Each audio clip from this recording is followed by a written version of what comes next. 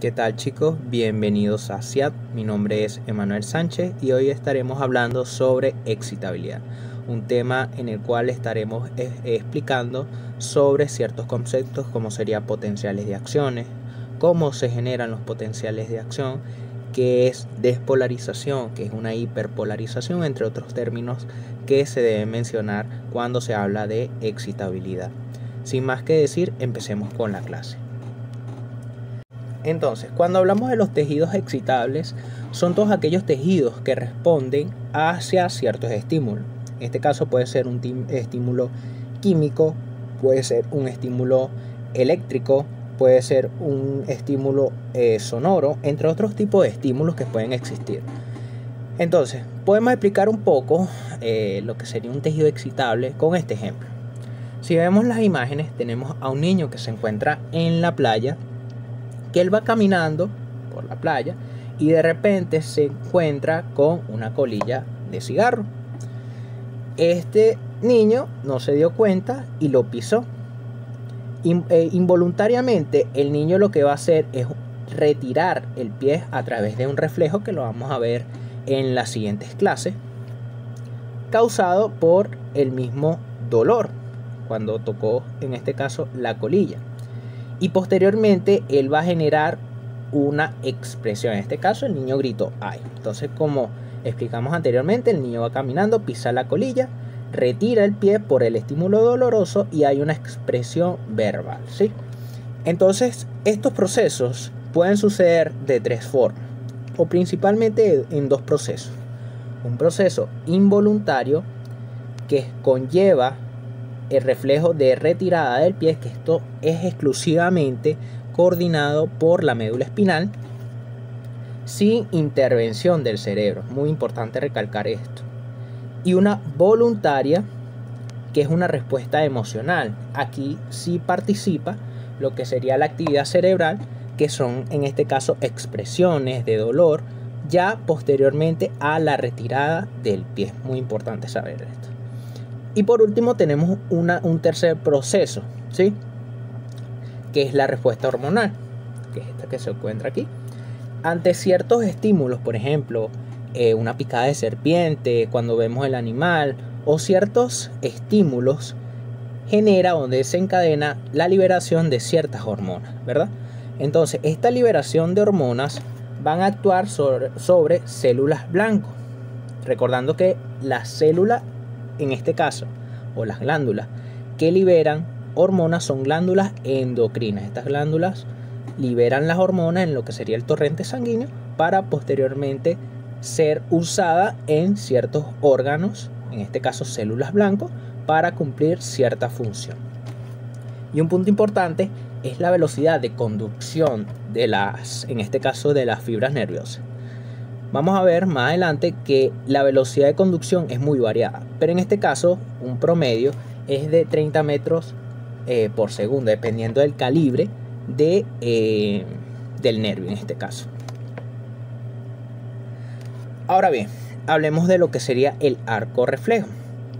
El arco reflejo es un tipo de reflejo que me permite retirar o separar alguna extremidad o una porción del cuerpo del estímulo doloroso.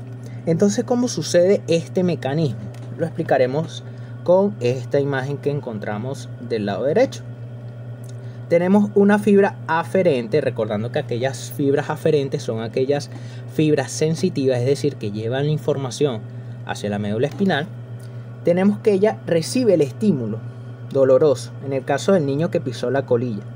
Ese estímulo doloroso va a viajar por lo que sería la fibra eferente, en el caso sensitiva, va hacia el ganglio dorsal, este que se encuentra aquí, ¿sí? Que posteriormente va a entrar por la médula espinal, específicamente por el astas posterior. A nivel de lo que sería el astas posterior, ella va a hacer sinapsis, que vamos a ver más adelante, que es una sinapsis, con otra neurona. En este caso, esta que se encuentra aquí se le llama interneurona. Las interneuronas principalmente lo que permite la comunicación entre dos neuronas, ¿sí? Entonces, esta interneurona se dirige hacia la asta anterior y se va a vamos a decir, va a hacer sinapsis con una neurona en el asta anterior. ¿Sí? En este asta anterior parte lo que sería una fibra nerviosa eferente, es decir, esas fibras motoras, hacia lo que sería, en este caso, un elemento muscular. Ahora, a nivel de lo que es el músculo, en esta porción, o sea, la unión entre la fibra nerviosa y el músculo, se llama unión neuromuscular, que lo vamos a ver a medida que vaya pasando las clases. Pero lo que quiero que sepan es que va la fibra eferente, llega al músculo por la unión neuromuscular. Neuro de nervio y músculo por el elemento muscular en este caso. ¿Qué va a permitir esto? Generar un estímulo a nivel del músculo que permite la retirada del pie en este caso, del estímulo doloroso. Entonces, es importante hablar de ciertos términos que se mencionan mucho en lo que sería excitabilidad. Cuando hablamos de traductor, es una estructura que es capaz de transformar una energía en otra. Pero ¿cómo la transforma? Sabemos que si viene un estímulo, sea químico, eléctrico, mecánico, sonoro, va a generar cambios conformacionales en la membrana, en este caso del nervio sensitivo. Estos cambios me van a transformar esa energía mecánica, sonora, que hablamos anteriormente, en estímulos nerviosos. ¿Con qué fin? Estos estímulos nerviosos me van a generar potenciales de acciones que van a propagarse por ese nervio y van a generar alguna reacción. Estas pueden ser tanto excitatorias como inhibitorias. Esto quiere decir que puede generar, por ejemplo, en el músculo esquelético puede generar una contracción o simplemente puede generar una relajación. Es como un ejemplo para que entiendan más o menos que genera un potencial de acción. Entonces tenemos este pequeño esquema en el cual decimos que en la traducción mecánica, eléctrica, química, lo que sea, genera cambios conformacionales en la membrana, en este caso del axón, de la fibra sensitiva. Esto va a generar constantemente potenciales de acción que se van propagando por todo el axón, ¿sí? Va a generar potenciales de acciones consecutivos que van a llegar a una terminal, ¿sí? En este caso de esta neurona, en el cual se llama botón presináptico, que lo vamos a ver más adelante con detalle. Esto va a generar una sinapsis, que es comunicación entre dos neuronas. Esta sinapsis va a permitir lo que sería la liberación de neurotransmisores. Los neurotransmisores son sustancias que se liberan en los botones, por ejemplo, presinápticos, para generar cambios conformacionales en otras neuronas o en otros tejidos, en este caso, ¿sí? Entonces, esa liberación de neurotransmisores, en este caso va a ser excitatorio, va a generar potenciales de acción en otra neurona. Esos potenciales de acción se propagan y genera la liberación de otros neurotransmisores en lo que serían las interneuronas, ¿sí? Entonces, esos neurotransmisores generan un potencial de acción en esa neurona y así sucesivamente. Ahora, llega un punto de que esta fibra que es eferente, es decir, aquellas fibras motoras, en este caso en el ejemplo, va a liberar neurotransmisores que van a generar contracción en el músculo. Entonces, resumiendo, es que un estímulo mecánico genera cambios en lo que serían los traductores. Estos cambios me van a permitir generar potenciales de acciones que se van a propagar por todo el axón, que van a liberar neurotransmisores que pueden ser tanto excitatorios o inhibitorios, que generan cambios conformacionales en el tejido que están afectando. En este caso, una interneurona, esta neurona eferente que va a permitir la liberación de neurotransmisores que va a generar cambios conformacionales en el músculo. En este caso, una contracción. Ahora, ¿qué es un potencial de acción? Hablamos mucho de potencial de acción, pero no hemos definido como tal qué es un potencial de acción. Un potencial de acción son aquellos cambios en la diferencia de potenciales existentes en la membrana intracelular y extracelular de una célula excitable. Muy importante hablar de células excitables. Entre otras palabras, son los cambios conformacionales o los cambios eléctricos que suceden en el intracelular y el extracelular de una célula. Y esto solamente sucede en células excitables, ¿sí? Entonces, ¿cómo se registra? Esto es un poco más experimental, pero es importante hablarlo para saber cómo trabaja, en este caso, los potenciales de acción. ¿Cómo se registra un potencial de acción?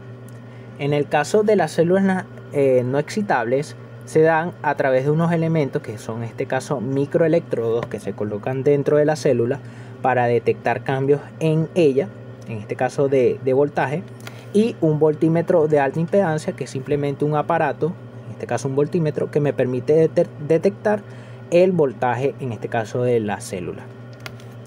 Y por último tenemos en el caso de las células excitables, que son o se va a determinar a través de un osciloscopio, que lo vamos a ver más adelante. Aquí obtenemos, es importante aquí este cuadro, vamos a ver que los potenciales de acciones, o mejor dicho, el voltaje de la membrana de la célula, en este caso del intracelular, generalmente va a ser constante. A esto se le va a denominar o se le va a llamar potencial de reposo. Que cuando se genera potenciales de acción, o mejor dicho, cambios conformacionales en la membrana de la célula, va a generar potenciales de acción que cambian el voltaje del intracelular. Pero eso lo vamos a hablar un poco más adelante con detalle. Entonces tenemos lo que serían los microelectrodos, que van a estar compuestos o van a estar hechos de unas micropipetas, que son estructuras cilíndricas con una pequeña punta, en el cual ellas van a ser estiradas a través de calor. Esto permite como tal introducirlo dentro de las células y detectar lo que serían los cambios de voltaje, o en este caso los cambios eléctricos que sucede en la célula. Como no estamos hablando de procesos exactamente que suceden en el cuerpo, sino de procesos experimentales, nosotros necesitamos que esto esté sumergida en una solución conductora. En este caso sería cloruro de potasio, ¿sí? Entonces, ¿qué se necesita saber en el caso de este ejemplo de la pila, que lo habla en el libro montoriano? Necesitamos saber que el voltímetro de alta impedancia va a estar compuesto de la suma de dos elementos, que sería la resistencia del voltímetro, que se denomina con RB, y la resistencia interna de la pila, que se denota con RP. Entonces, para calcular la corriente, en este caso el ejemplo experimental de la pila, decimos que la corriente es igual al voltaje, en este caso de la pila es 1.5 voltios, entre la suma de las resistencias, en este caso es la resistencia de el voltímetro más la resistencia de la pila. Esto da un total de 15.001 ohmios, ¿sí? Entonces la división de 1.5 entre 15.001 ohmios me va a generar un resultado en el cual se denota con la letra A, que significa ampere, y este sería la corriente que pasa por la pila. Es un poco experimental, pero es importante para que entienda cómo determinar lo que sería la corriente de, en este caso, de la pila, ¿sí? Hay que hablar que en las fibras musculares y nerviosas, el caso de lo que sería la resistencia sería aproximadamente entre 10 a 50 mini ohmios. Muy importante destacar esto. Ahora, ¿cómo se denota o cómo se usa en lo que serían las células excitables? Nosotros podemos ver cómo sería la actividad eléctrica a través de un elemento llamado osciloscopio de rayos catódicos, ¿sí? Este elemento va a estar compuesto de ciertas partes. Es muy parecido a lo que nosotros vemos en los electrocardiogramas, que nos permite saber lo que sería las ondas positivas, las ondas negativas, el tiempo de las ondas.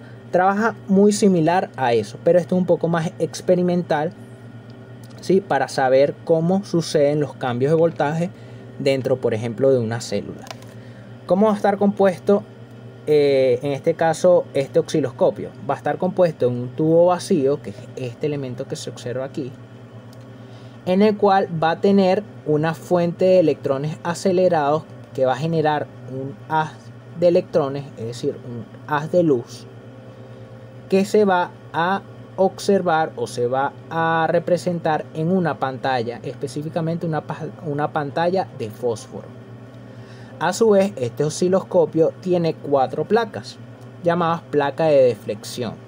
Va a tener una arriba, una abajo, una a la izquierda y una a la derecha. Esto me permite que, dependiendo de los cambios de voltaje, generen ondas tanto positivas como ondas negativas, y también me permite determinar el tiempo en que transcurre estas ondas, ¿sí?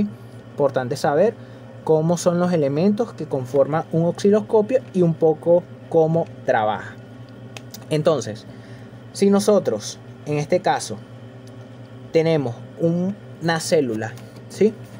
Y en el intracelular le colocamos un voltaje negativo, el intracelular se va a hacer negativo y la onda, en lugar de ser hacia arriba, va a ser hacia abajo, ¿sí?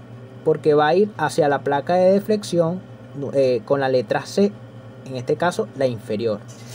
A esto se le va a llamar, más adelante cuando vea, se le va a llamar una hiperpolarización. ¿Por qué hiperpolarización? Porque la célula se está volviendo un poco más negativa, ¿sí? En el caso de que estemos evaluando una célula y le colocamos un voltaje positivo, el intracelular se va a hacer un poco más positivo, por ende va a generar cambios conformacionales que va a permitir, si alcanza el umbral, que es otro término que vamos a ver más adelante, va a generar un potencial de acción. Es decir, la onda será positiva, se va a dirigir hacia la placa superior, en este caso la A. Y lo que sería la placa B y D me permiten simplemente determinar el tiempo en que transcurren estos potenciales de acción. Esto es importante por lo menos en los electrocardiogramas para determinar si hay alguna patología, hay una bradicardia o el periodo en que se encuentran cada onda, en este caso del electrocardiograma, ¿sí? Ahora bien, tenemos un circuito de registro en el cual lo podemos explicar como con un ejemplo. Supongamos que estamos en un laboratorio y nosotros necesitamos estudiar los cambios de voltaje que sucede en el intracelular de una célula, ¿sí? Entonces, para ello necesitamos una platina, que es una superficie para colocar el tejido de estudio. En este caso puede ser un trozo de nervio o de músculo. Necesitamos unos electrodos que van a perforar la membrana, es decir, se van a introducir en el intracelular para, primero, generar voltajes y segundo, para generar registro de esos cambios de voltaje. Vamos a ver más adelante. Y por supuesto necesitamos que ese tejido esté sumergida en este caso, en una solución de Ringer. Entonces, ¿cómo sucede este proceso? Sabemos que en el extracelular, como los electrodos no están recibiendo estímulo, el voltaje o el milivoltios en este caso el potencial de membrana será 0. Pero inmediatamente que perforamos la membrana, como se observa aquí, se genera un cambio en ese voltaje de membrana, es decir, de menos 60 a menos 90 milivoltios. Esos 60 o menos 90, dependiendo de la célula que se esté hablando, representa el potencial de reposo, es decir, el voltaje que se encuentra dentro de la membrana celular. Muy importante, ¿sí? Entonces, si nosotros generamos un estímulo positivo, es decir, en el electrodo que se encuentra en el intracelular, generamos un voltaje positivo, esto va a generar un potencial de acción. Ojo, si el estímulo alcanza el umbral, que vamos a ver más adelante. Si alcanza el umbral, que es un punto específico del voltaje de membrana, que me va a desencadenar el potencial de acción. Pero por ahora necesito que entiendan que un estímulo positivo va a generar un potencial de acción, es decir, una onda hacia la parte superior. Recordando el ejemplo del osciloscopio, aquí tenemos un voltaje positivo, que sería la letra A, se dirige hacia la parte superior generando una onda positiva, ¿sí? Entonces, ¿cómo se dispara un potencial de acción? Ya hablamos antes de que los traductores nos permiten generar cambios en lo que sería las energías, transformar una energía a otra, pero estos cambios pueden ser dados por ciertos tipos de estímulos. Puede ser un estímulo mecánico, sonoro, lumínico, químico, eléctrico, y esto va a depender de la célula principalmente, ¿sí? Específicamente de los traductores fisiológicos, es decir, de los receptores que me permiten hacer cambios conformacionales en la célula cuando se generan estos distintos estímulos. Por ejemplo, hay células que no se estimulan por estímulos mecánicos, sino por sonoro, como hay otros que se estimulan por mecánico y no por lumínico, por ejemplo, ¿sí? Entonces, en el caso de este ejemplo, necesitamos dos electrodos, ¿sí? Uno que me va a generar los cambios de corriente, en este caso de voltaje en el intracelular, y otro electrodo que me permite detectar los cambios de voltaje en el intracelular, es decir, un electrodo de registro y un electrodo de corriente. Entonces se encuentra en el extracelular ambos electrodos y perforan la membrana celular hacia el intracelular, y aquí vemos que de un voltaje de 0 voltios pasa a aproximadamente, un ejemplo, a menos 60. Esto representa el voltaje, en este caso el potencial de reposo. Entonces podemos tener en este caso dos ejemplos. Si en el electrodo de corriente, es decir, en el E, nosotros generamos un estímulo positivo, es decir, que el intracelular se vuelve más positivo por cargas positivas, ella va a generar una onda hacia arriba, en este caso positiva. A esto se le denomina despolarización. Es decir, la despolarización sucede por cambios conformacionales en el intracelular cuando el intracelular se hace más positivo, es decir, se acerca a 0 o tiene un valor positivo en este caso. Otro ejemplo podría ser si el estímulo es negativo. En este caso, si el estímulo es negativo en el electrodo de corriente, la onda no va a ser positiva, o es decir, no va a ser hacia arriba, sino va a ser hacia abajo, como se observa en esta imagen. Entonces, en este caso se le llamaría hiperpolarización. ¿Por qué? Porque la hiperpolarización es cuando el intracelular se hace más negativo que la membrana, el potencial de membrana de reposo, ¿sí? Entonces, repasando nuevamente, si le damos un estímulo positivo va a generar una onda positiva en el cual se denomina despolarización, y si generamos un estímulo negativo, esta va a generar una onda negativa, es decir, hacia abajo, y va a generar una hiperpolarización porque el intracelular se vuelve más negativo, ¿sí? Un cuadrito aquí que es muy importante recalcar, que las células no excitables nunca observamos un potencial de acción. Esto solamente sucede en lo que serían células excitables. Aquí tenemos los dos electrodos. Aquí tenemos cuando pasa de 0 al potencial de reposo. Aquí tenemos la despolarización por una carga positiva y una hiperpolarización por la carga negativa. Entonces, ¿cuándo aparece una respuesta en lo que serían las células musculares o nerviosas? Ya hablamos de potenciales de acción, de despolarización, pero ¿cómo realmente sucede un potencial de acción? No todos los estímulos positivos van a generar potenciales de acciones. Sí generan despolarización, es decir, cambios conformacionales en el intracelular sobre todo, que por ejemplo en el caso de la despolarización se vuelve más positiva, pero no todos los estímulos generan potenciales de acción, ¿sí? Entonces tenemos un ejemplo, ¿verdad? En este caso, que el voltaje de reposo de esta célula o el potencial de reposo es de menos 90. Si nosotros generamos un estímulo positivo, como se observa en la imagen, va a cambiar de menos 90 a menos 80, pero no se genera un potencial de acción, sino que simplemente genera cambios conformacionales en el intracelular que genera una pequeña despolarización, pero nuevamente no genera potenciales de acción.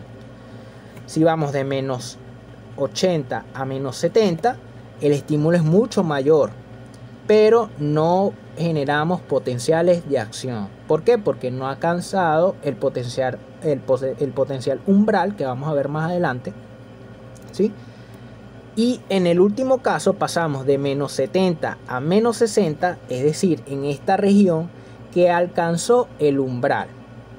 El umbral es el punto específico en que la membrana puede generar un potencial de acción. Es decir, si nosotros generamos un estímulo positivo en el intracelular que alcance un voltaje por arriba o igual al potencial umbral, él siempre va a generar un potencial de acción. Esto es muy importante saberlo, ¿sí?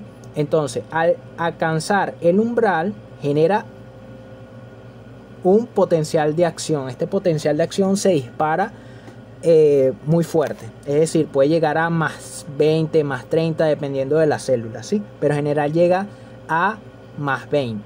Y posteriormente, cuando se elimina lo que sería el estímulo positivo, se genera una repolarización, es decir, desciende nuevamente hacia el potencial de reposo.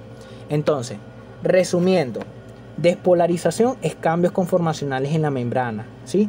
Que se vuelve un poco más positivo, pero no siempre genera potenciales de acción. Para generar potenciales de acción necesitamos que llegue esa despolarización al umbral, a un voltaje donde alcance el umbral que genere el potencial de acción. Entonces, esos estímulos que están por abajo del umbral se llaman subumbrales, y aquellos que llegan a estímulos que generan potenciales de acciones se llaman estímulos umbrales. Hay otros que son supraumbrales, que simplemente alcanzan por ejemplo más 30, pero igual genera el mismo potencial de acción, ¿sí? Es muy importante. Entonces, algo que hay que destacar también es que hay distintos valores en cada célula. No todas las células van a tener el mismo potencial de acción, no todas van a tener el mismo umbral. Unas pueden ser menos 60, otras pueden ser menos 40, otras pueden ser menos 30. Es variado dependiendo de la necesidad, o en este caso de la célula, ¿sí?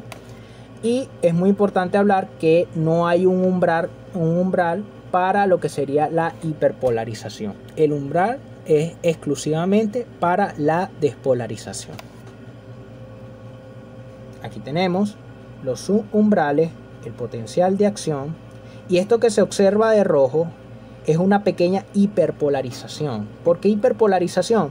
Si trazamos una línea imaginaria aquí, observamos que el potencial de reposo está por arriba de esta onda negativa. Esto representa a una hiperpolarización, es decir, que el intracelular se vuelve más negativo que el potencial de reposo. Ahora hablaremos de la ley del todo o nada del potencial de acción. La ley del todo o nada es una ley sumamente importante en lo que sería excitabilidad, porque habla de la amplitud, o mejor dicho, de la formación del potencial de acción, ¿sí? Para que se genere el potencial de acción se necesitan ciertas condiciones, aparte del estímulo por arriba del umbral o llegando al umbral. Necesita primero que sea una célula excitable. Segundo, que esa célula esté en condiciones definidas o constantes o predeterminadas, ¿sí? Para generar una respuesta estereotipada que ya vamos a ver más adelante. Entonces, si yo tengo una célula, en este caso de un potencial de reposo en menos 90 y el umbral es menos 60, yo genero un estímulo que alcance el umbral, él siempre me va a generar un potencial de acción del mismo tamaño. Es decir, el overshot, que vamos a ver más adelante, que es la punta, el punto más alto del potencial de acción, esto que se observa aquí, va a ser siempre el mismo. En este caso vamos a poner un ejemplo más 20, ¿sí? Entonces, Ellos lo explican o hablan de esta ley con un ejemplo simple de una pistola.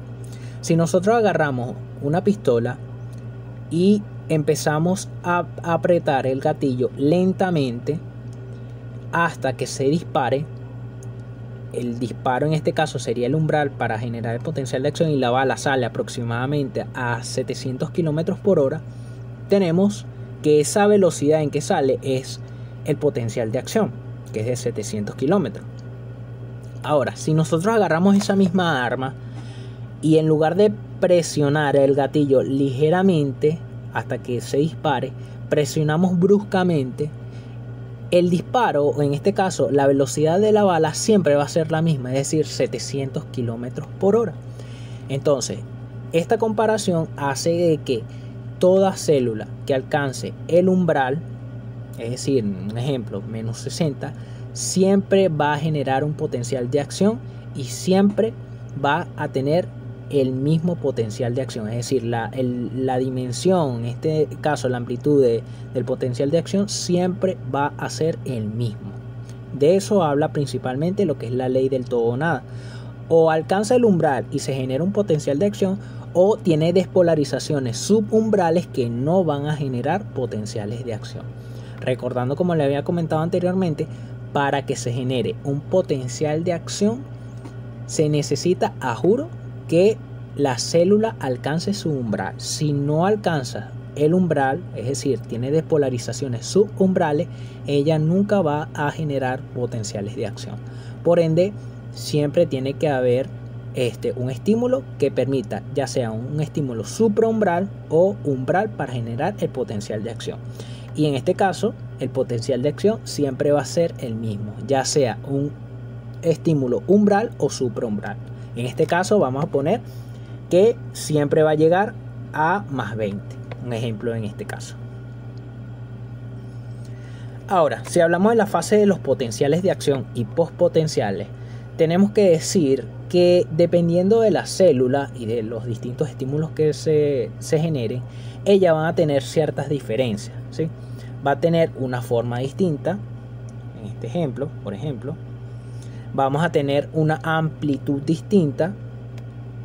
Aquí observamos lo que sería una fibra ventricular de un perro con la fibra del músculo saltorio de la rana, que es la número C. Ven que la diferencia entre la amplitud del potencial y la duración es distinta, y es dependiendo del tipo de célula.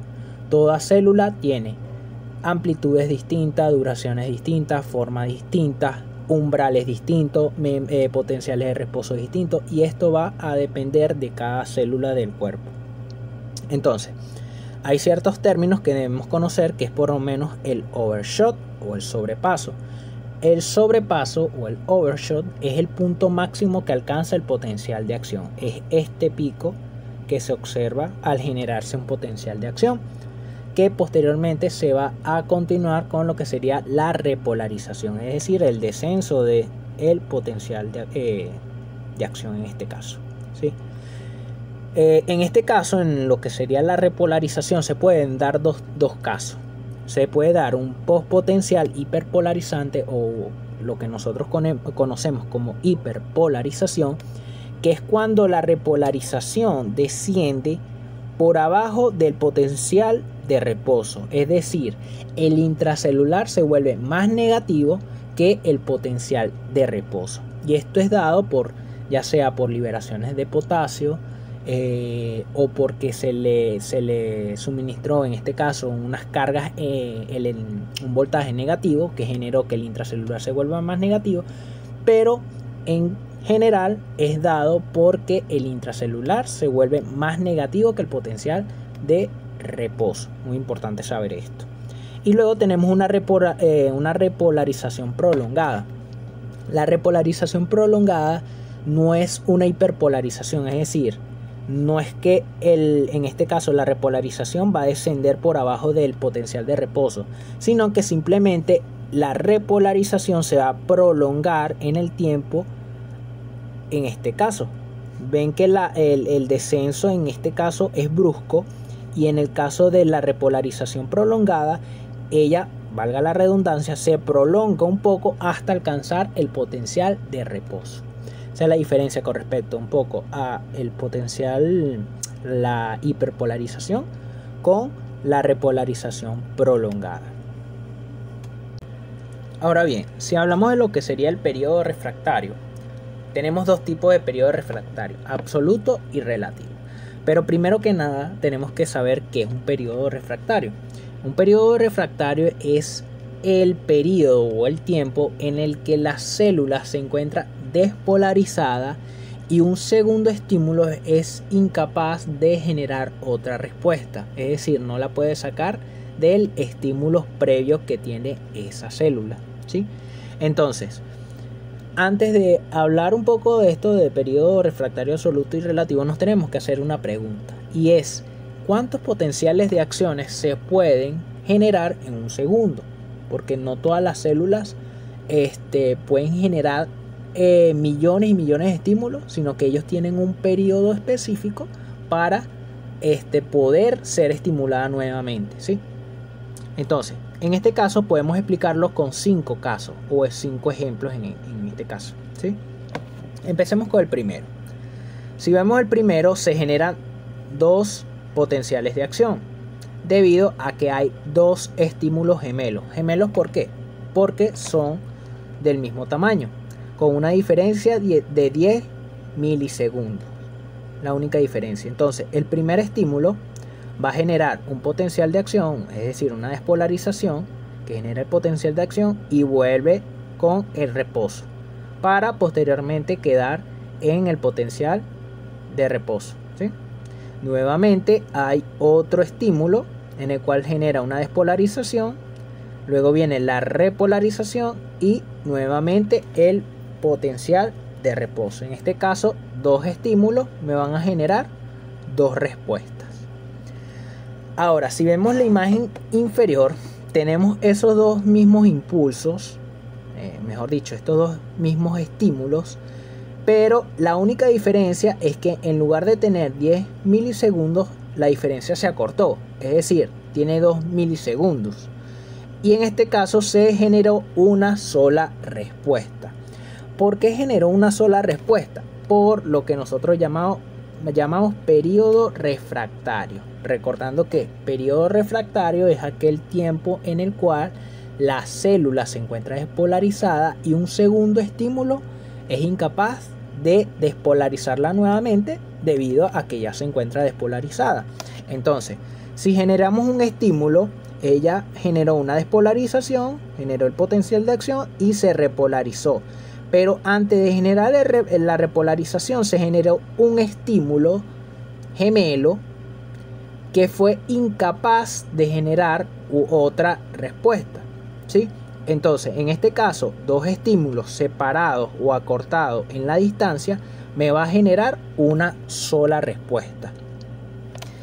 ¿Qué pasó en el caso inferior? En este tercer caso, este que se observa aquí, tenemos los 2 los 2 estímulos, pero el segundo es mayor.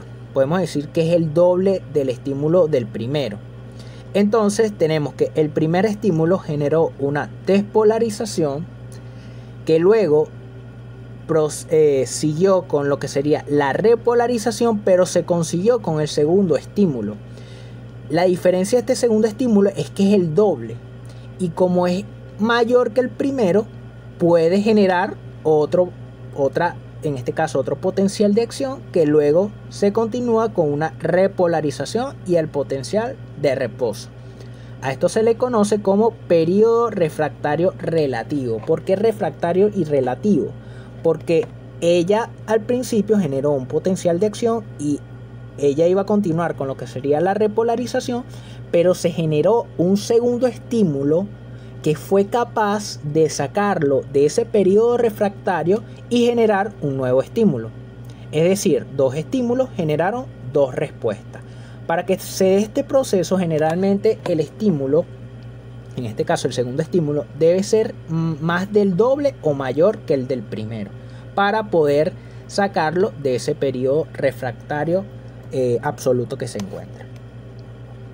En el otro caso, tenemos nuevamente dos estímulos gemelos con una diferencia de tiempo de un milisegundo es mucho menor, por ende los dos estímulos son iguales y no se generó dos respuestas, sino que se generó una. ¿Por qué? Porque se encontraba en periodo refractario.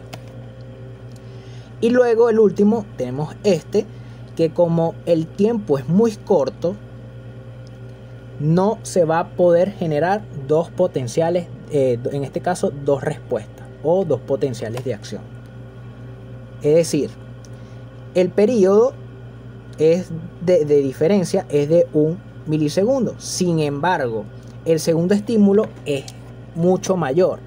Pero como en este caso el tiempo de diferencia entre ambos estímulos es tan corto, no le dio a la célula, en este caso, el tiempo suficiente para poder generar otro estímulo. Es decir, sacarlo de ese periodo refractario.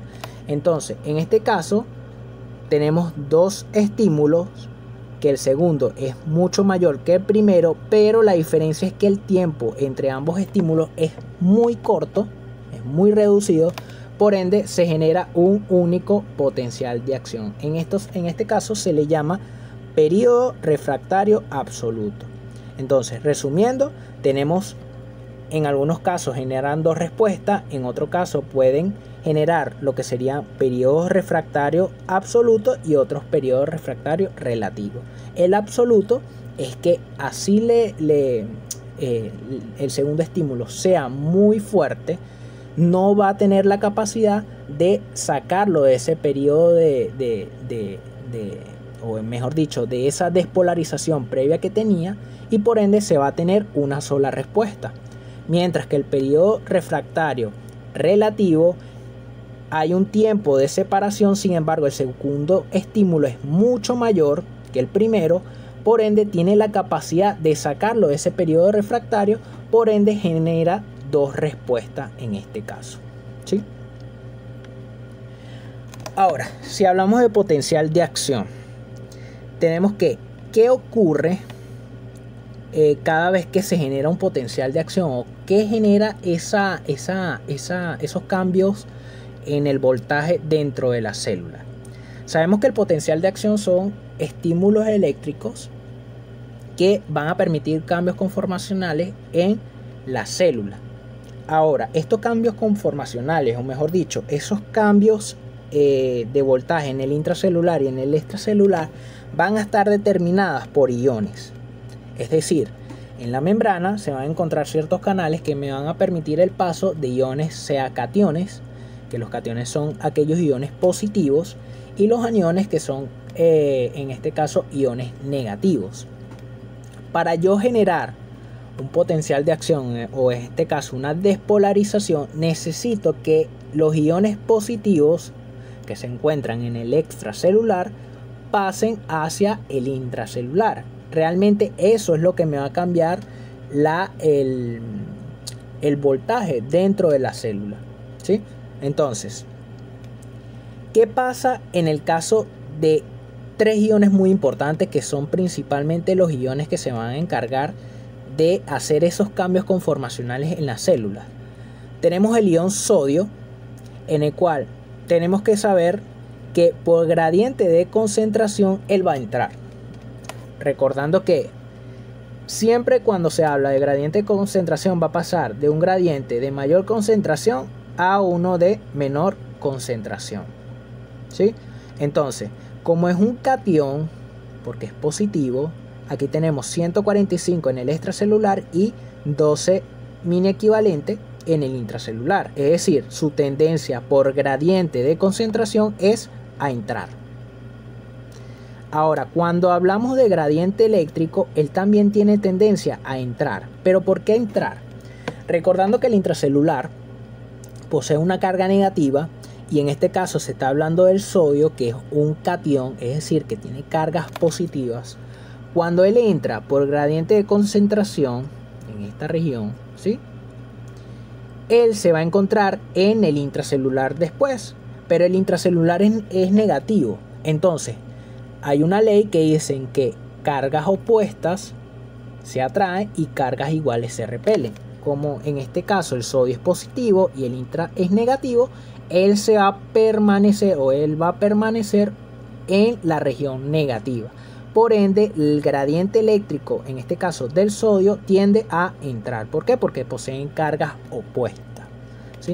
Aquí les coloqué un poco de lo que sería alguna letras con respecto al cuadro que se encuentra del lado derecho, que corresponde a la resistencia, la conductividad, la corriente y el potencial de membrana.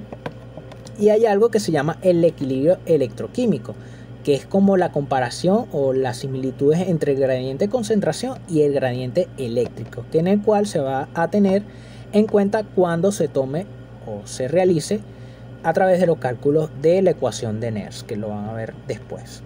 Entonces, en este caso del sodio, si tenemos una corriente, un estímulo en el intracelular que genere cambios conformacionales en la célula, o en este caso en la membrana celular, permite el paso de sodio, es decir, del catión del extracelular al intracelular, y este intracelular se va a hacer más positivo. Al volverse más positivo va a generar una despolarización. Entonces, repetimos nuevamente para que quede claro: cuando hay corrientes positivas, va a permitir cambios en la conformación de la membrana celular, permitiendo el paso de iones sodio, en el cual es un catión que va a permitir que el intracelular se vuelva más positivo. Por ende, va a generar una despolarización. Ahora tenemos el ion potasio. El ion potasio es un ion, en este caso es un catión, en el cual aquí tenemos nuevamente el cuadro que hablamos anteriormente. En el caso del potasio, por gradiente de concentración, él va a salir. ¿Por qué? Primeramente, las concentraciones de potasio en el intracelular son mayores que en el extracelular. Es decir, que cuando se generan cambios conformacionales, el potasio en este caso va a tender a salir. Es decir, irse hacia el extracelular, porque el gradiente de concentración en el extracelular es menor. Con respecto al en el gradiente eléctrico, él tiende a entrar. ¿Por qué? Si nosotros tenemos al potasio en el intracelular, hubo cambios conformacionales en la membrana, él lo que va a hacer es salir por gradiente químico, ¿sí? O por gradiente de concentración. Pero como es un catión y cargas opuestas se atraen, él va a tender a buscar hacia la carga negativa, es decir, se devuelve hacia el intracelular. Muy importante saberlo. Entonces, por gradiente de concentración él sale, pero por gradiente eléctrico entra porque cargas opuestas se atraen, es decir, el intracelular, como es negativo y el potasio es positivo, va a entrar. Y por último tenemos el cloruro. El cloruro es un ion muy neutro. Él generalmente lo que hace es, o cumple funciones de mantener el equilibrio en lo que sería la permeabilidad en la membrana. Entonces, nuevamente, si hablamos por gradiente de concentración, él se encuentra mayor en el extracelular y menos en el intracelular. Entonces, por gradiente de concentración, él va a tender a entrar. Por gradiente eléctrico, él tiende a salir porque como es un anión, en este caso no es un catión, es decir, que tiene carga negativa, cargas similares se oponen, es decir, se repelen entre ellas. Entonces, si él entró por gradiente de concentración, por gradiente eléctrico, él va a salir porque el intracelular es negativo. Entonces, él va a buscar irse hacia el lado positivo, es decir, hacia esta región. Ahora bien, cuando hablamos de lo que sería la conductancia durante el potencial de reposo, tenemos que hablar que el potencial de reposo siempre es estable, es decir, siempre se mantiene constante mientras no haya un estímulo ya sea despolarizante o hiperpolarizante. Para determinar, en este caso, el potencial de reposo, simplemente se suma la corriente del potasio más la corriente del sodio más la corriente del cloruro. Si este potencial de reposo se encuentra estable, debería dar 0, ¿sí? ¿Por qué? Porque la corriente de todos los iones es igual o es constante en este caso, en el cual es igual a 0. En dado caso de que no sea 0, es decir, que sea más 1 o menos 1, sea un número positivo o sea un número negativo, se habla que hay procesos de descarga o de carga. Es decir, que en ese momento la célula puede estar pasando por un proceso de despolarización o de hiperpolarización, dependiendo. Si es un proceso de despolarización, es que el intracelular se está volviendo más positivo, y si es un proceso de hiperpolarización, es que el intracelular se está volviendo más negativo. Entonces, sabemos que hablamos en las diapositivas anteriores que la tendencia por gradiente de concentración de ciertos iones pueden ser de entrada o salida. En el caso del potasio es de salida. Él, por lo menos en una despolarización, tiende a salir de la célula por cambios conformacionales en la membrana, mientras que el sodio, su corriente o en este caso el paso iónico, sería hacia el intracelular, mientras que el cloruro es un ion neutro, generalmente no hace cambios significativos en lo que sería el potencial de membrana. Entonces, ¿cómo determinamos la conductancia de cada ion? Simplemente lo que tenemos es que restar el voltaje en la membrana menos el voltaje de cada ion. En este caso del sodio, lo que se hace es restar el voltaje de la membrana menos el voltaje del sodio, al igual que el potasio, ¿sí? Simplemente se resta el voltaje de membrana menos el potasio, y posteriormente eso me va a dar lo que sería la conductancia de cada ion. Para ello sabemos que en un estado de reposo la membrana es mucho más permeable al potasio que del sodio. Pero ¿cómo lo podemos cuantificar? ¿Sí? Simplemente lo hacemos con una simple división, que es dividir la conductancia del potasio, en este caso, entre la conductancia del sodio. En este ejemplo tenemos 126 milivoltios entre 8,8 milivoltios. Esto daría 17,7. ¿Sí? Ese es el resultado de esta división. Entonces podríamos decir que la conductancia del potasio, en este caso, es 17,7 veces mayor que la del sodio, ¿sí? Entonces repetimos, simplemente es dividir la conductancia del potasio entre la conductancia del sodio, y eso me va a arrojar un resultado. Ese resultado representa la cantidad o la conductancia de ese ion más que el otro, en este caso del potasio sobre el sodio. Ahora, si analizamos cómo es el transcurso, o mejor dicho, cómo pasan estos iones del intra al extra y qué genera en las células, podemos decir que si hay un aumento de la conductancia, es decir, del paso ion, en este caso del sodio, que es aumento de la conductancia del sodio, es decir, el paso constante de este ion, en este caso sodio, hacia el intracelular, podemos decir que el aumento de la conductancia del sodio permite que ese ion entre al intracelular, ¿sí? Al entrar al intracelular, ese intracelular se va a volver más positivo. Por ende, eso me va a generar una despolarización, ¿sí? Repetimos, aumento de la conductancia del sodio genera entrada de sodio, en el cual va a generar una despolarización, ¿sí? Ahora, si hay una disminución de la conductancia del sodio, es decir, evita el paso hacia el intracelular se va a seguir manteniendo negativo, es decir, no hay iones positivos que estén entrando. Por ende, esto me va a generar una hiperpolarización, es decir, se va a mantener negativa como tal la membrana. Porque es importante que se sepa que es hiperpolarización, es porque hay iones, en este caso simultáneamente, que están saliendo. En este caso puede ser iones, por ejemplo, de potasio. Como el potasio es positivo y está saliendo de la célula, ella tiende a volverse un poco más negativa. Por ende, si se reduce la conductancia del sodio en una membrana en reposo, por ejemplo, esto va a generar una hiperpolarización, es decir, una disminución o un voltaje más negativo en el intracelular. Cuando hay un aumento de la conductancia del potasio, y en este caso sabemos que el potasio es un catión, es decir, es un ion positivo, va a generar una hiperpolarización. ¿Pero por qué una hiperpolarización? Porque recordando que el gradiente de concentración es desde el intra al extra, es decir, el potasio se encuentra en mayor cantidad en el intracelular que en el extracelular, por ende él tiende a salir, por esa razón va a generar lo que sería una hiperpolarización, es decir, que el intracelular se va a volver más negativo.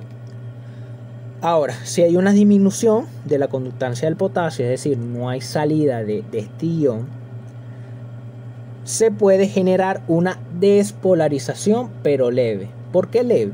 Recordando que la permeabilidad de la membrana por el potasio es mayor que la del sodio, es decir, la cantidad de sodio que está entrando pasivamente, por así decirlo, es poca. Por ende, la despolarización o el voltaje positivo dentro del en este caso del intracelular, es muy poca, no varía mucho. Por ende, se habla de una despolarización muy leve. Entonces, resumiendo, aumento de la conductancia del sodio genera una despolarización, una disminución de la conductancia del sodio genera una hiperpolarización, aumento del potasio genera hiperpolarización y disminución genera una despolarización, pero leve. Por último tenemos el cloruro. El aumento del cloruro generalmente no va a causar ningún efecto en lo que sería el potencial de membrana, es decir, que es igual a 0, pero una disminución en lo que sería la concentración del cloruro, esta puede generar lo que sería una hiperpolarización, en dado caso de que sean unas cantidades muy elevadas, ¿sí? O una disminución brusca de este ion. Ahora, si hablamos de lo que sería la conductancia de iones durante el potencial de acción, tenemos que el potencial de acción generalmente, por lo menos en lo que serían células musculares esqueléticas y ciertos tipos de células, el ion principal que genera una despolarización va a ser el sodio, ¿sí? Entonces, para que se genere una despolarización en la célula, en este caso, o que el intracelular se vuelva más positivo, necesito una concentración de sodio en el extracelular elevada. ¿Para qué? Para que esto permita que cuando hayan cambios conformacionales por un estímulo, permita el paso de este ion, en este caso sodio, hacia el intracelular y permita que en este caso el intracelular de la célula se vuelva más positivo. ¿Cómo se genera en este caso el potencial de acción?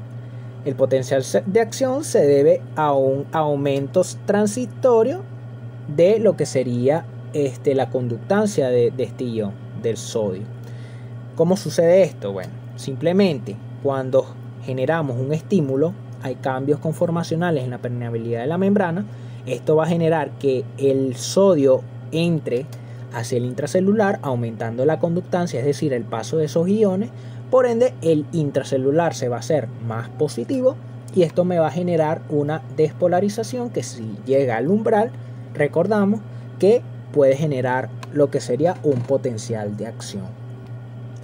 Ahora, cuando hablan de la conductancia al sodio, ellas son voltaje dependientes, es decir, necesitan un estímulo para poder generar lo que sería su apertura.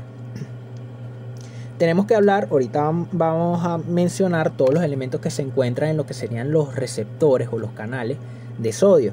Ellos tienen unas compuertas, en este caso el sodio tiene unas compuertas en la membrana que se mantienen cerradas mientras se encuentra el potencial de membrana en reposo. Sin embargo, cuando este potencial de reposo por un estímulo cambia, esas compuertas se abren y permite el paso de iones de sodio desde el extracelular al intracelular, aumentando la conductancia y nuevamente aumentando lo que sería el proceso de despolarización, y generaría un potencial de acción en dado caso de que alcance el umbral. A continuación vamos a ver lo que sería el ciclo de Hawkins, que el ciclo de Hawkins es muy importante para poder generar lo que sería un potencial de acción. Es simplemente una retroalimentación positiva para permitir un aumento de la conductancia de los iones sodio para que ese intracelular se vuelva más positivo. Ahora bien, hablemos de lo que serían los iones sodio y principalmente lo que sería el ciclo de Hawking en lo que sería el potencial de acción.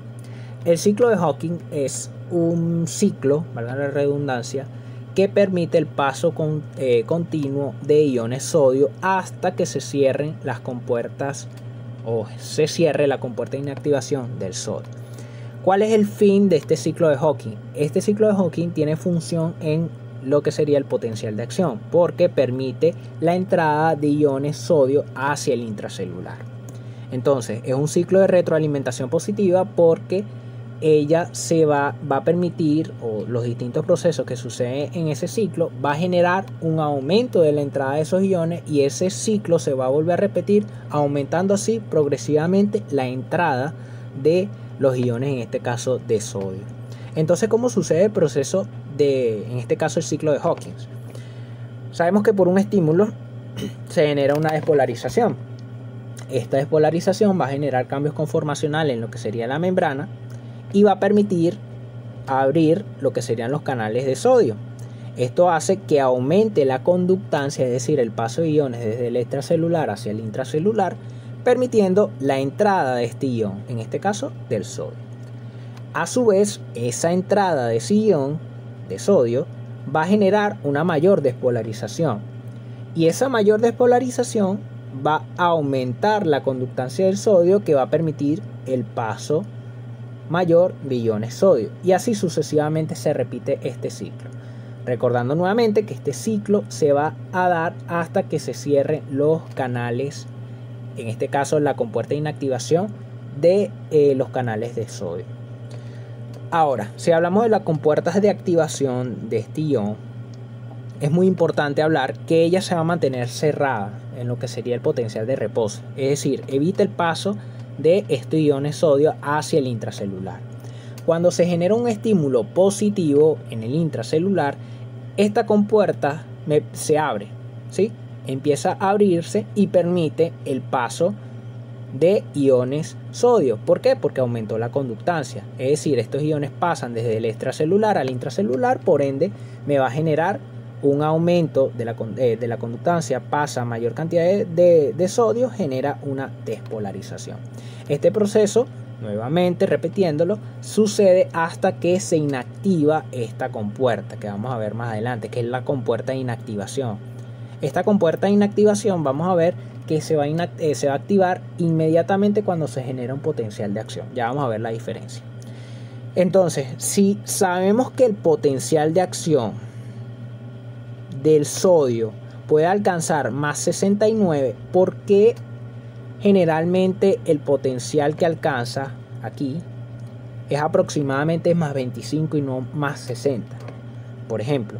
Y es dada porque cuando se genera un estímulo o una despolarización, no solamente están entrando iones sodio, sino que se activa también los canales de potasio en menor proporción, pero se activa, y esto hace que el potasio por gradiente de concentración salga de la célula, por ende se hace más negativo.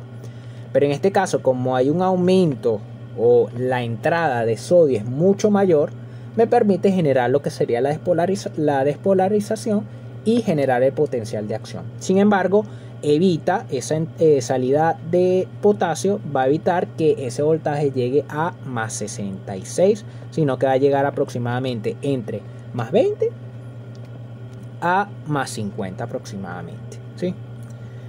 Entonces, hablemos un poco de lo que serían los canales de sodio, muy importante. Ellos van a tener dos compuertas principales, ¿sí? Una de activación y una de inactivación. Si el intracelular se encuentra negativo o se genera una hiperpolarización, estos canales no se van a abrir. No se van a abrir, siempre se van a mantener cerradas. Sin embargo, cuando se genera un potencial de acción que permita el paso de iones positivos, es decir, que el intracelular se vuelva positivo por un voltaje positivo, va a permitir la conductancia del sodio y permite la entrada de este ion.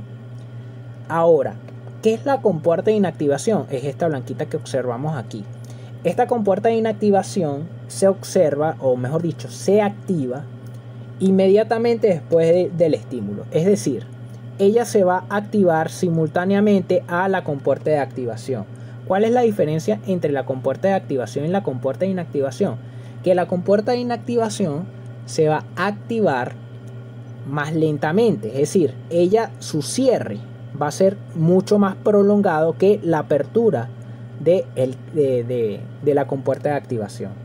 Vuelvo y repito, hay dos compuertas de activación en lo que sería los canales de sodio, una de activación y otra de inactivación.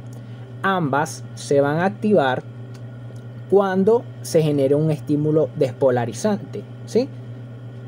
¿Qué pasa? ¿Cuál es la diferencia? Que la compuerta de activación se va a abrir mucho más rápido que la de inactivación. Por ende, va a permitir el paso de iones hasta que la compuerta de inactivación tranque totalmente este paso y evite el paso de iones sodio. Es lo más importante. Recordar que hay dos compuertas y que ambas se activan simultáneamente. ¿Cuál es la diferencia? Que la de inactivación se tarda un poco más en realizar su proceso. Por ende, permite el paso de iones sodio, pero hasta que se cierre esa compuerta. Ahora, con respecto a la repolarización. La repolarización sucede cuando ya no hay entrada de iones positivos, en este caso, ¿sí? Y es el retorno hacia lo que sería el potencial de reposo. Y esto sucede principalmente por un ion, por el ion potasio, ¿sí? Cuando la conductancia del sodio se reduce, en este caso se cierra, porque hubo una compuerta de inactivación que cerró y evitó el paso de iones sodio, ella va a permitir lo que sería este descenso que corresponde a la repolarización. Pero ¿por qué no se mantiene ese overshot aquí si solamente se está cerrando los canales positivos? Y es porque, recordando un poco, cuando se activa o cuando se genera un estímulo despolarizante, también activa los canales de potasio. Y los canales de potasio van a tender a salir por gradiente de concentración. Sin embargo, es muy poca la cantidad en el inicio. Su mayor liberación en la conductancia del potasio va a suceder cuando se cierran los canales de sodio, es decir, cuando se reduce la conductancia del sodio.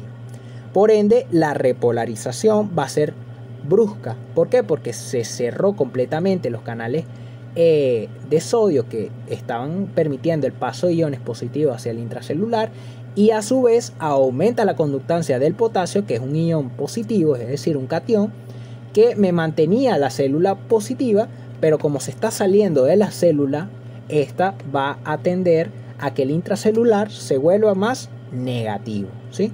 Esto es muy importante destacar cómo sucede este proceso de repolarización. Cuando esta repolarización por el paso continuo, mejor dicho, la liberación de iones potasio es muy prolongada, se genera esto que es la hiperpolarización, que es el descenso masivo de esa repolarización por abajo de lo que sería el potencial de reposo. Entonces, aquí les dejé un cuadro un poco explicado lo que hablé anteriormente, que en este caso lo que sería los canales de potasio se activan inmediatamente cuando se genera un estímulo, pero en menor proporción, y alcanza su mayor punto cuando se cierran estos canales de sodio. Y es muy importante de que no hay canales de inactivación en el caso del potasio. Simplemente ella va a liberar iones potasio hasta que o mejor dicho, cuando hay un equilibrio entre el intra y el extracelular con respecto a este ion, ¿sí? No hay una compuerta de inactivación como en el caso del sodio, que cuando se cierra evita el paso como tal de este ion, sino que simplemente se va a dar cuando cesa el estímulo.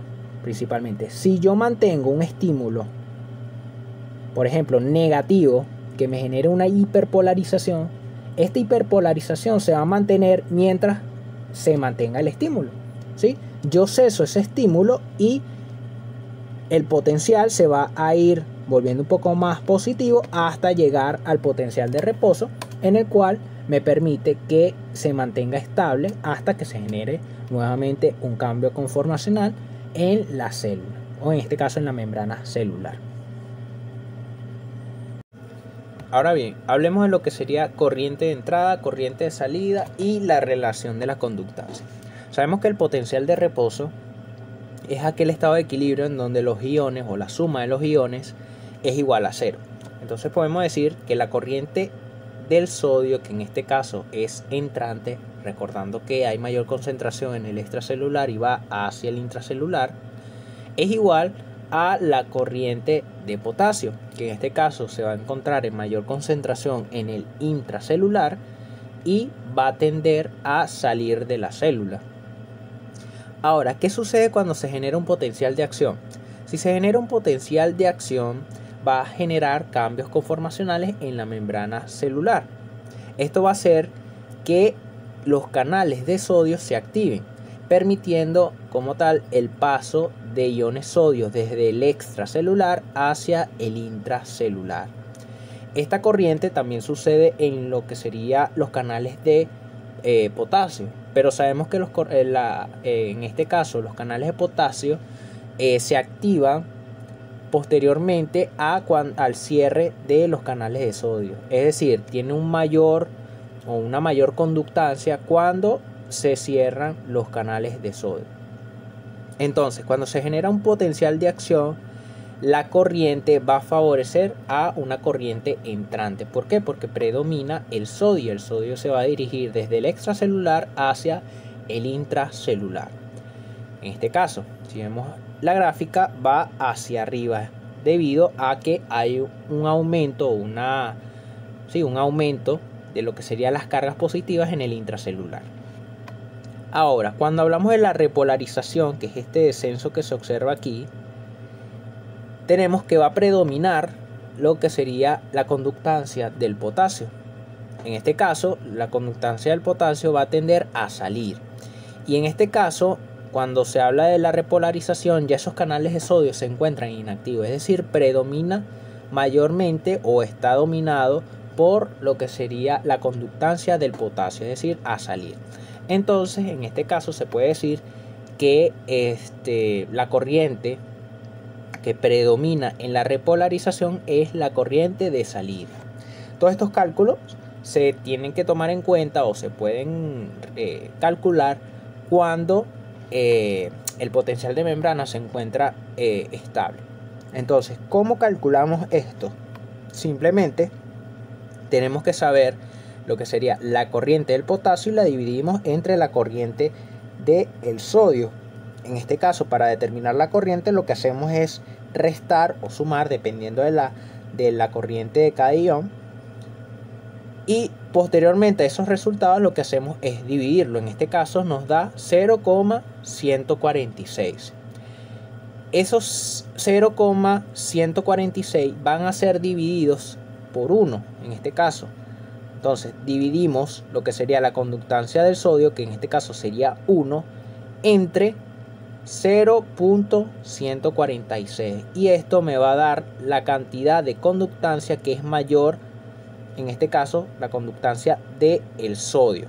Entonces, si dividimos 1 entre 0,146 nos genera 6,8 en este caso, y podemos decir que la conductancia del sodio es 6,8 veces mayor que la del potasio.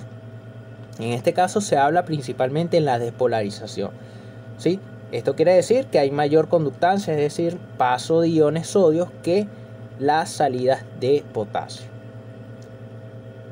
Ahora hablaremos de lo que serían los canales de sodio y de potasio. Sabemos que los canales van a estar compuestos de unas proteínas específicas que van a permitir el paso exclusivo de iones específicos, valga la redundancia. Es decir, hay proteínas de canales para sodio, o que me permiten el paso de iones sodio. Hay proteínas que me permiten para el paso de iones de potasio. Y hay otros canales u otras proteínas que me permite el paso de otros iones, por ejemplo de calcio, ¿sí? En el caso del sodio, ya hablamos anteriormente que van a estar compuestas de dos compuertas, una de activación y otra de inactivación, ¿sí? Como vimos anteriormente en esta imagen, ¿sí? Sin embargo, tenemos que hablar que se encuentran tres estados que pueden afectar lo que sería el canal de sodio. Entonces, el canal de sodio se puede encontrar primeramente cerrado, es decir, evita el paso de iones sodio hacia el intracelular. Se vería en este caso un ejemplo hacia dentro de la célula. Y estos se pueden observar en lo que sería el potencial de reposo, sabiendo que el potencial de reposo es el estado de voltaje en equilibrio en este caso de la célula. Es decir, la entrada, salida de ciertos iones me va a generar un resultado igual a cero, ¿sí? Esto me dice que no se está ni descargando ni cargando el intracelular. También podemos encontrar en un estado abierto, que cuando se encuentra abierto permite el paso de iones sodio hacia el intracelular, en el cual va a generar una despolarización. Esta despolarización va a aumentar lo que sería la conductancia del ion sodio, que va a ir desde el extracelular hacia el intracelular, generando una corriente entrante. Y por último tenemos la compuerta de inactivación. La compuerta de inactivación se va a estimular o va a cumplir su función cuando reciba un estímulo para generar la despolarización. ¿Cómo así? Ya lo hablamos anteriormente. La compuerta de inactivación se va a activar, es decir, va a permitir el cierre cuando se genera un estímulo. Es decir, cuando se genera el estímulo, tanto la compuerta de activación como la compuerta de inactivación van a cumplir sus funciones. La diferencia es que la compuerta de inactivación se va a cerrar de forma más lenta. Esto permite o le da un tiempo específico a los iones sodios que se encuentran en el extracelular pasar hacia el intracelular, ¿sí? Entonces sabemos que el potencial de acción me va a generar tanto la activación de la compuerta de activación como la activación de la compuerta de inactivación. Ahora, si hablamos de los canales de potasio, decimos que ellas se van a activar cuando se genera un estímulo. Recordando acá que cuando se genera un estímulo, esos canales se encuentran activados. Sin embargo, la salida de potasio es leve, es menor que la entrada de sodio. Ella alcanza su tope o su mayor conductividad cuando se cierra completamente lo que serían los canales de sodio. Esto hace que la conductancia aumente y permita mayor salida de iones potasio, en este caso, hacia el extracelular, haciendo que el intracelular de la célula se vuelva más negativa, generando lo que sería así la repolarización. En este caso no hay compuerta de inactivación. La única forma de que cese esa liberación de iones potasio es que se deje de estimular la célula. Mientras haya un aumento, mejor dicho, mientras haya un estímulo despolarizante o hiperpolarizante en la célula, esos canales se van a encontrar activados, es decir, van a permitir la salida de potasio. Y en este caso se mantiene abierto si el potencial despolarizante se mantiene, que es lo que habíamos hablado anteriormente. Ahora, es bueno hablar sobre algunos elementos que bloquean estos canales, que son unas toxinas. En este caso tenemos la tetraotoxina, o también llamada TTX, que es una toxina que se va a ubicar en el extracelular y va a bloquear lo que serían los canales de sodio, es decir, va a evitar el paso de iones sodio desde el extracelular hacia el intracelular. Esta toxina se encuentra principalmente en lo que sería el pez globo, por eso que dicen que el pez globo es un animal muy peligroso, y es debido a esta toxina que posee, que al liberarse, por ejemplo, esta toxina al liberarse en el organismo, bloquea estos canales y evita lo que sería la entrada de sodio. Al no haber una entrada de sodio, no se va a generar una despolarización y menos un potencial de acción. Entonces, esto es muy importante en los elementos musculares respiratorios, porque producen un paro respiratorio porque no generan esa despolarización o esa contracción necesaria para permitir los procesos respiratorios. Por ende, los pacientes generalmente mueren por un paro respiratorio, un paro cardíaco, porque estos canales se ven afectados. También tenemos lo que sería la marea roja, que va a cumplir la misma función que la del pez globo. Y hay otro caso que tenemos otra llamado TEA, o también llamado tetraetilamonio, que en lugar de inhibir, en este caso, la entrada de iones sodio, va a inhibir lo que sería la salida de iones potasio. En este caso, no va a generar problemas en lo que sería la despolarización. Se va a generar la despolarización, potenciales de acciones como normalmente se da. Sin embargo, la repolarización va a ser mucho más prolongada. ¿Por qué? Porque los iones potasio no están saliendo. Por ende, la concentración en el intracelular va a poseer, o mejor dicho, el voltaje en el intracelular va a ser positivo por un tiempo más prolongado, ¿sí? Entonces, en el caso de la tetrodotoxina, va a inhibir los canales de sodio, en el cual evita generar potenciales de acciones, específicamente despolarización. Este caso no afecta a lo que serían canales de potasio, sino que simplemente inactiva los canales de sodio. Y luego tenemos el TEA, que va a ser todo lo contrario, va a inactivar los canales de potasio, y esto hace que se genere una repolarización prolongada. Por último, para terminar, tenemos lo que habíamos hablado ya en toda la clase, lo que son estímulos subumbrales, un estímulo umbral y un estímulo supraumbral. Para mayor práctica, vamos a buscar una imagen y le vamos a explicar esos dos procesos. Sabemos que aquí, ¿sí? Cuando hablamos de un estímulo subumbral, son aquellos estímulos que no llegan al umbral. Por ende, cuando se genera un estímulo subumbral, se genera un cambio conformacional en la célula que genera una pequeña despolarización. Luego de que ese estímulo cesa, la membrana vuelve a cerrarse. En este caso, los canales de sodio se cierran y vuelve a un potencial de reposo. Así sucede en todos los casos de un estímulo subumbral. Un estímulo subumbral genera una despolarización, más no genera un potencial de acción. Ahora, ¿qué sucede cuando le generamos un estímulo umbral o un supraumbral? Entonces, sucede que ese estímulo se vuelve positivo. Al llegar al umbral, va a generar lo que sería el potencial de acción. En este caso, se dispara ese potencial de acción debido a el ciclo de Hawking. Recordando que el ciclo de Hawking es despolarización, aumento de la conductancia del sodio, y esto hace que los iones sodio entran o permiten el paso hacia el intracelular de este ion, ¿sí? Esto hace que el intracelular se vuelva más positivo y el pico, en este caso, o la onda, sea más positivo. Llega un punto de que estos canales de sodio se cierran y se conoce como el overshot, que es el punto máximo que puede llegar lo que sería en este caso el potencial de acción, que posteriormente a esos cierres de canales de sodio aumenta mayor la conductancia del potasio, es decir, ese ion que se encuentra en mayor concentración en el intracelular va a tender a salir, por ende el intracelular se va a volver más negativo. Entonces, en ese caso, al permitir la salida de iones potasio, se va a generar lo que sería la repolarización, ¿sí?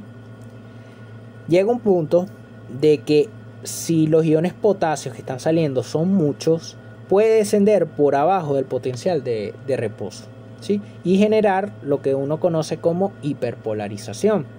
Esa hiperpolarización luego se va a estabilizar con lo que sería el potencial de reposo por el paso pasivo, en este caso de iones sodios, para estabilizar lo que sería el potencial de membrana. Entonces, es simplemente lo que habíamos hablado antes, más que todo un resumen de lo que sucede En el caso de un estímulo subumbral, un estímulo umbral y un estímulo supraumbral. Aquí tenemos un resumen, lo pueden leer con calma, pero es realmente lo que hablamos anteriormente. Y por último, la última diapositiva, tenemos que hablaremos de los canales agonistas. Hay proteínas que no son voltaje dependientes, es decir, no dependen de estímulos simplemente. Ellas van a depender de unas sustancias químicas que las activen.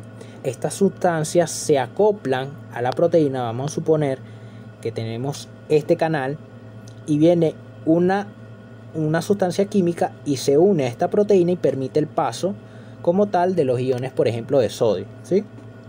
Entonces decimos que son sustancias, o mejor dicho, proteínas sensibles a sustancias químicas, como por ejemplo acetilcolina, adrenalina, noradrenalina. Tenemos otras como la dopamina. Son principalmente hormonas o neurotransmisores que generan cambios en esa proteína y permite la entrada o salida, dependiendo del ion que se esté hablando, de dicha proteína o canal. También en este caso tenemos canales de calcio dependientes, en el cual depende principalmente de la concentración de este determinado ion, en este caso de calcio.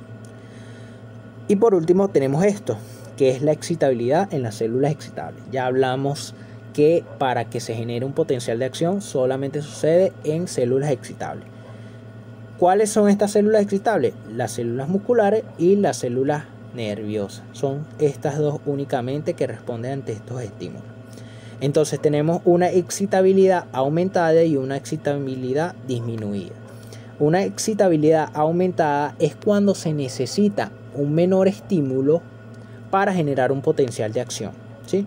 Es decir, se necesita un estímulo pequeño para generar el potencial de acción. Un ejemplo: si el voltaje de membrana es menos 90, pero en ese momento se encuentra en menos 70 y el umbral es menos 60, yo solamente necesito un estímulo que me sume 10 para llegar al umbral y llegar a un potencial de acción. Esto significa que hay una excitabilidad aumentada.